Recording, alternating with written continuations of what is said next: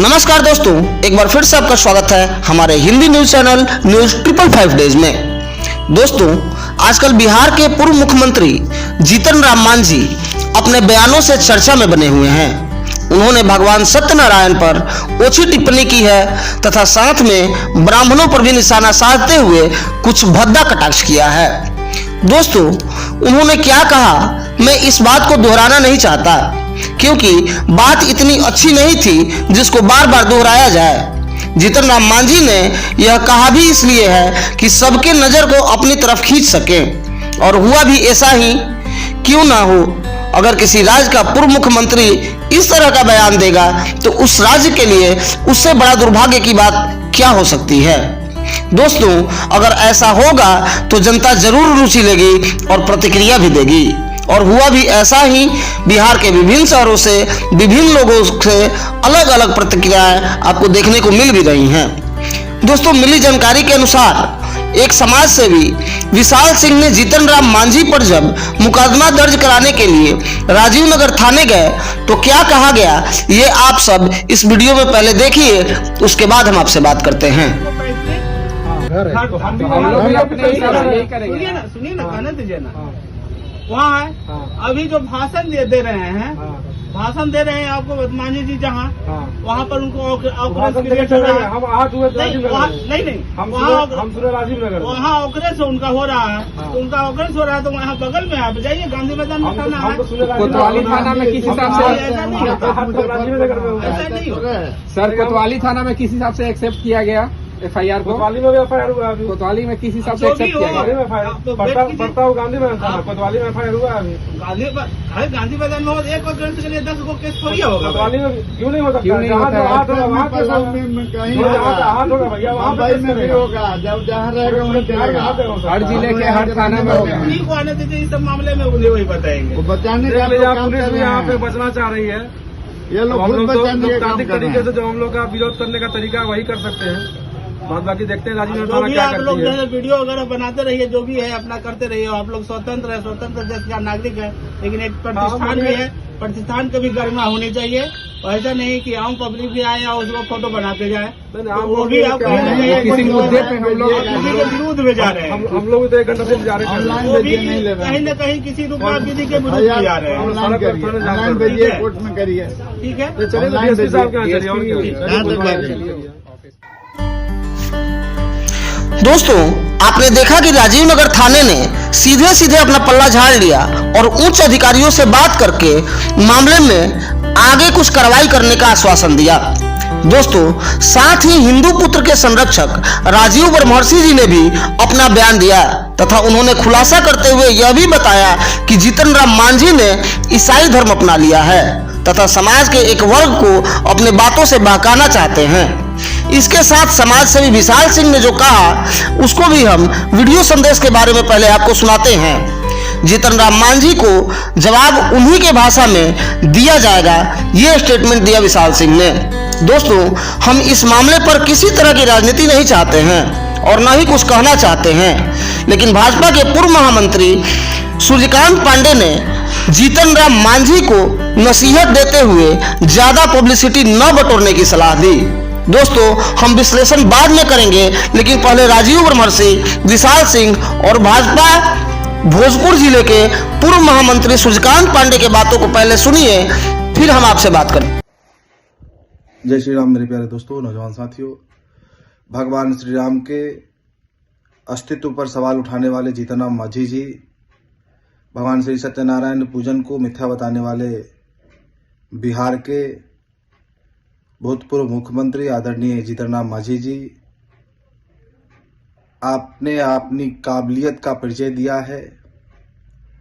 जिस तरीके से ये समाज के बीच विषय आ रहा है कि आप हिंदू धर्म का त्याग कर चुके हैं, आप ईसाई धर्म स्वीकार कर चुके हैं, हमको लगता है कि बहुत जल्दबाजी में आप हिंदुस्तान के अंदर जो सनातन संस्कृति है उसको नुकसान पहुंचाने का प्रयास विगत कुछ दिनों से करते रहे हैं। हम एक जानकारी का हवाला देते हुए बताना चाहेंगे कि इनके मुख्यमंत्री रहते हुए संभवतः दरभंगा के अंदर जब इन्होंने एक मंदिर का दौरा किया था तो उसके बाद इन्होंने कहा था उस मंदिर को धुलवा दिया गया, जबकि ऐसी बात नहीं थी। दैनिक प्रक्रिया है जिसमें मंदिर को इस तरीके से साफ सफाई के लिए 2 वक्त धोया जाता है, लेकिन वहां भी उन्होंने सनातन को नुकसान पहुंचाने के लिए, हिंदू समाज को बांटने का उन्होंने भरपूर प्रयास किया है। अभी जो उनका भी एक वीडियो वायरल हो रहा है जिसमें देश के पहले कानून मंत्री का हवाला देते हुए स्पष्ट रूप से उन्होंने कहा है कि वो हिंदू धर्म का त्याग कर चुके थे। कहीं ना कहीं उनकी यह मानसिकता यह बताने दुष्प्रभाव सनातन पर नहीं पड़ेगा। गलती आपने किया है, सजा आपको भोगना पड़ेगा। और हिंदू समाज में समरसता का जो एक संवाद का ये दौर चला है, जहां पर कुछ मनचले लोग धर्म का त्याग करने के बाद जल्दीबाजी में इस धर्म को नुकसान पहुंचाने का जो प्रयास कर रहे हैं, उसमें आपका अव्वल दर्जे में नाम आता है। हमको मालूम है कि आप ईसाईयत स्वीकार कर चुके हैं, सनातन से आपकी दूरी है, इसलिए बाबा साहब का भी आपने हवाला देते हुए यह बताने का प्रयास किया है कि सनातन से दूर हो जाओ। लेकिन हम बताना चाहेंगे कि माता सबरी का जिस तरीके से स्नेह और आशीर्वाद लेकर के हमारे सिरोधार्य भगवान श्री राम ने समरसता का परिचय दिया था, एकजुटता का जो उन्होंने परिचय दिया था, हम श्री राम के दीवाने हैं, हम उनके लाडले हैं, हम श्री राम के बताए गए उन मार्ग पर आगे बढ़ रहे हैं। हम कभी भी अपने उन भाइयों को, अपने इस हिंदू समाज के हर एक जाति बिरादरी और पंथ के लोगों को हम अपना मानते हैं, हम उनसे दूर नहीं है। लेकिन अब हम मजबूर भी नहीं है। जो हमारे धर्म के ऊपर आपत्ति दर्ज कराएगा, जो हमारे पुरोहित हमारी पूजा प्रक्रिया के ऊपर में आपत्ति दर्ज कराएगा, हम उसको उसके प्रत्युत्तर में उसके लिए माकूल जवाब देने का काम करेंगे। मेरे हिंदू कार्यकर्ताओं, आपसे विनती है, इस व्यक्ति की गंदी मानसिकता का आप लोग मौन सहमति नहीं देंगे और प्रत्युत्तर स्वरूप इसको दंडित करने का काम करेंगे। धन्यवाद। जय श्री राम। अन्य को व्याकुल है, लेकिन वो बोल भी नहीं पा रहे हैं कि हिंदुत्व को नुकसान पहुंचाया जाए और ईसाईयत को बढ़ावा देने में शायद उनकी जल्दीबाजी है। अब समाज समझ रहा है। मैं हिंदू कार्यकर्ताओं से भी कहना चाहूँगा कि जहाँ कहीं भी माझी जी मिले, उनका स्वागत करो, उनका अभिनंदन करो, अपने अंदाज में करो। और लगता है कि हिंदुस्तान के दहलीज पर इसकी आवश्यकता है। जब देखो जिसको भी देखो, हमारे आराध्य के ऊपर, उनके अस्तित्व पर सवाल उठाता है, हमारे पूजन प्रक्रिया पर सवाल उठाता है। ऐसे लोगों को चिन्हित करके दंडित करने की आवश्यकता है। और माझी जी, आप कितने बड़े वफादार हैं, कितने बड़े धर्मात्मा हैं, उसका परिचय आप दे चुके हैं। जिसने आपको एक विधायक से मुख्यमंत्री बनाया, आपने उसको भी बेड़ा गर्क करने का सुंदर रास्ता तलाशते हुए उसको धक्का दिया था। ये बिहार की जनता आपको देखी है। लेकिन बिहार की दूषित राजनीति ने फिर आप दोनों को एक साथ देखने का जो ये अवसर देखा है, हम समझते हैं कि आपकी उस दृढ़ता का, आपकी उस धृष्टता का, आपकी उस गंदी मानसिकता का दुष्प्रभाव सनातन पर नहीं पड़ेगा। गलती आपने किया है, सजा आपको भोगना पड़ेगा। और हिंदू समाज में समरसता का जो एक संवाद जीतन राम मांझी द्वारा जो ब्राह्मणों के लिए अपमान शब्द का प्रयोग किया गया है, यह गलत है। मांझी जी बिहार के मुख्यमंत्री रहे हैं, उनका यह बात शोभा नहीं देता। इस देश में विभिन्न धर्म, विभिन्न जातियों के लोग रहते हैं, सबका एक समान होना चाहिए। जीतन राम मांझी ने यह बयान दिया है और जो उन्होंने कहा है सत्यनारायण भगवान का पूजा ब्राह्मण कराते हैं और खाना नहीं खाते हैं, यह उनकी समाज में लोकप्रियता चाहते हैं। इस तरह के भाषा बोलकर अपने को समाज में लोकप्रिय होना चाहते हैं। मेरा कहना है कि मांझी जी, आप 30 सालों से इस राज्य के मुख्यमंत्री के साथ साथ मंत्री रहे हैं। आपको मंत्रिमंडल में उस तरह के विभाग दिए गए कि आप चाहें तो जो भी हमारे दलित लोग हैं उनका आप विकास कर सकते थे, लेकिन आपने कभी उस पर ध्यान नहीं दिया। और आज आप जो भड़काऊ भाषण दे रहे हैं, इससे समाज में वैमनस्य पैदा होगा और जो समाज के साथ लोग एक साथ रहते हैं उसे आप किनारा करना चाहते हैं। मेरा मानना है कि जो लोकप्रियता आपको मिली है उससे अधिक इच्छा आप न रखें और आप पुनः इस तरह के शब्द का प्रयोग न करें। इसलिए यह सब समाज के लोग यहाँ रहते हैं, सबके साथ सबके समान की बात की जाती है।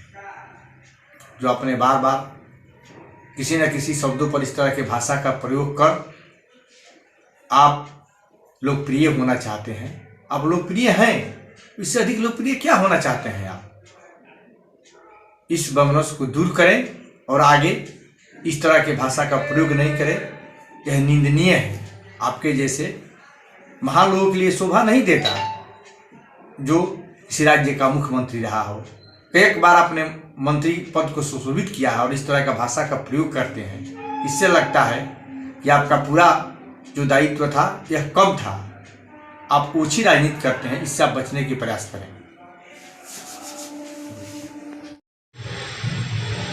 दोस्तों, जैसा कि आप देख रहे हैं कि अभी जीतन राम मांझी अपने बयानों के कारण सुर्खियों में बने हुए हैं। जीतन राम मांझी ने समस्त जनता के सामने सीधे खुले मंच से ब्राह्मणों और सारे सवर्णों पर एक तीखी टिप्पणी की है जो सवर्णों के लिए नागवार गुजर रही है। दोस्तों, समाज सेवी विशाल सिंह जी ने जीतन राम मांझी के ऊपर केस दर्ज कराने का फैसला लिया है। तो चलिए हम चलते हैं मिलने विशाल सिंह जी से, जो एक समाज सेवी हैं, और देखिए उनका क्या कहना है। देखिए, सबसे पहले तो जीतन राम मांझी जो हैं उन्होंने कोई टिप्पणी नहीं किया है, सीधे तौर पर उन्होंने गाली दिया है। और सबसे पहले उन्होंने सत्यनारायण भगवान पर प्रश्न चिन्ह किया और उनके लिए अपशब्द यूज़ किया है। उसके बाद साफ साफ ब्राह्मणों को गाली दिया है। और जब मीडिया उनके पास पहुंचती है जवाब पूछने के लिए कि भाई आपने क्यों गाली दिया है, तो वो पूरे दलित समाज को भी गाली दे रहे हैं। तो ऐसे भ्रष्ट नेता, राक्षस है ये लोग। इस तरह का नेता जो है सिर्फ अपनी रोटी सेकने के लिए, राजनीतिक रोटी सेकने के लिए किसी को भी गाली दे सकता है। ऐसे लोग को तो हम रिक्वेस्ट करते हैं एनडीए से, भाजपा से, कि इसको साइडलाइन पकड़ाएं, रांची में पागलखाना में भिजवाएं।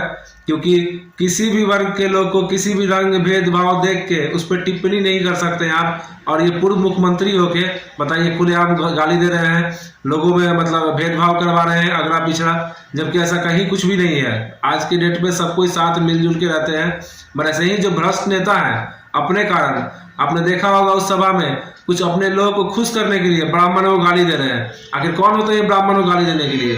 अगर इनको इतना परेशानी अगर है भाई हिंदू समाज से, हिंदू धर्म से, तो अपना धर्म परिवर्तन कर ले। आखिर कोई जो भी ब्राह्मण इनमें पिस्तौल तार के तो नहीं ना कह रहा कि हमसे पूजा कराइए, हमसे पूजा कराइए। आपको नहीं पसंद, आप पूजा मत कराइए। मगर आप खुले मंच पे आप किसी को गाली दीजिएगा तो कहीं से बर्दाश्त करने लायक नहीं है। और अगर ऐसा करेंगे तो कंटिन्यू उनका विरोध होगा और जिस जवाब में सुनना चाहेंगे उस तरह का जवाब इनको मिलेगा। फिर जैसा कि विदित है कि विशाल जी, ऐसा देखा गया है कि आपने निर्णय लिया है कि जीतन राम मांझी के खिलाफ मुकदमा दर्ज कराया जाएगा, तो इसके बारे में थोड़ा सा विस्तार से लोगों को बताएं। जी, परसों जब हम लोगों ने वीडियो देखा था तो हम लोग गांधी मैदान में जीतन राम मांझी का पुतला भी दहन किए थे। कल हम लोगों ने एक FIR कॉपी राजीव नगर थाना में भी दिया है। राजीव नगर थाना द्वारा कहा गया है कि हम लोग जो पदाधिकारी हैं उनसे डिस्कस करके मामला को दर्ज करेंगे। अगर राजीव नगर थाना मामला नहीं दर्ज करती है तो फिर हम न्यायालय के पास जाएंगे। मगर इस तरह के बेतुकी बयान देने वाले नेता को अब हम लोग नहीं बख्शने वाले हैं, क्योंकि यही लोग जो है सामाजिक जो हम लोग का जो प्यार है वो उसको मतलब ये बांट देते हैं। ऐसे ही ऐसे नेता, तो हम लोग इस बार इनको बिल्कुल नहीं बर्दाश्त करने वाले हैं और न्यायालय तक हम लोग जाएंगे। धन्यवाद विशाल जी। दोस्तों, जीतन राम मांझी ने जो स्टंट किया है उसमें बिहार के लोगों की भावनाएं आहत हुई है, क्योंकि चोट उन्होंने किसी जाति या समुदाय पर नहीं बल्कि करोड़ों लोगों के आस्था का केंद्र सत्यनारायण भगवान और ब्राह्मणों को नहीं बल्कि संपूर्ण सनातन धर्म पर ही प्रश्न चिन्ह खड़ा किया है। अभी तक ऐसी भाषा का प्रयोग कोई पाकिस्तान का मंत्री या कोई धर्म का ठेकेदार ही किया करता था, राजनेता तो बिल्कुल नहीं किया करते थे। दोस्तों, जीतन राम मांझी ने अपने व्यक्तिगत स्वार्थ के लिए समाज को बांटने का काम किया है, जिसको बिहार की जनता किसी हाल में माफ नहीं करेगी। ऐसे ही कुछ नेताओं के कारण समाज बट रहा है। अगर जीतन राम मांझी ने ईसाई धर्म सच में अपनाया है तो इससे किसी को कोई आपत्ति नहीं होनी चाहिए, क्योंकि हमारे देश में, भारत में सबको धार्मिक स्वतंत्रता विरासत में मिली हुई है। लेकिन समाज के किसी खास वर्ग को साधने का प्रयास गलत है। दोस्तों, एक न्यूज चैनल होने के नाते हम कोई भी अपना पर्सनल विचार लोगों से शेयर नहीं करते हैं। सीधे हम आपको लोगों के विचारों को ही आप तक पहुंचाया करते हैं। लेकिन भारत के एक प्रबुद्ध नागरिक होने के नाते हमारा भी मत है कि दोस्तों ये प्रयास बिल्कुल गलत प्रयास है, क्योंकि कोई भी व्यक्ति अपने देश अपने धर्म को मानने के लिए स्वतंत्र है, लेकिन दूसरे लोगों को बरगलाकर इस तरह से किसी समुदाय को तोड़ने के लिए स्वतंत्र नहीं है। ऐसे व्यक्ति को तो हम लोग समाज का दुश्मन ही कह सकते हैं।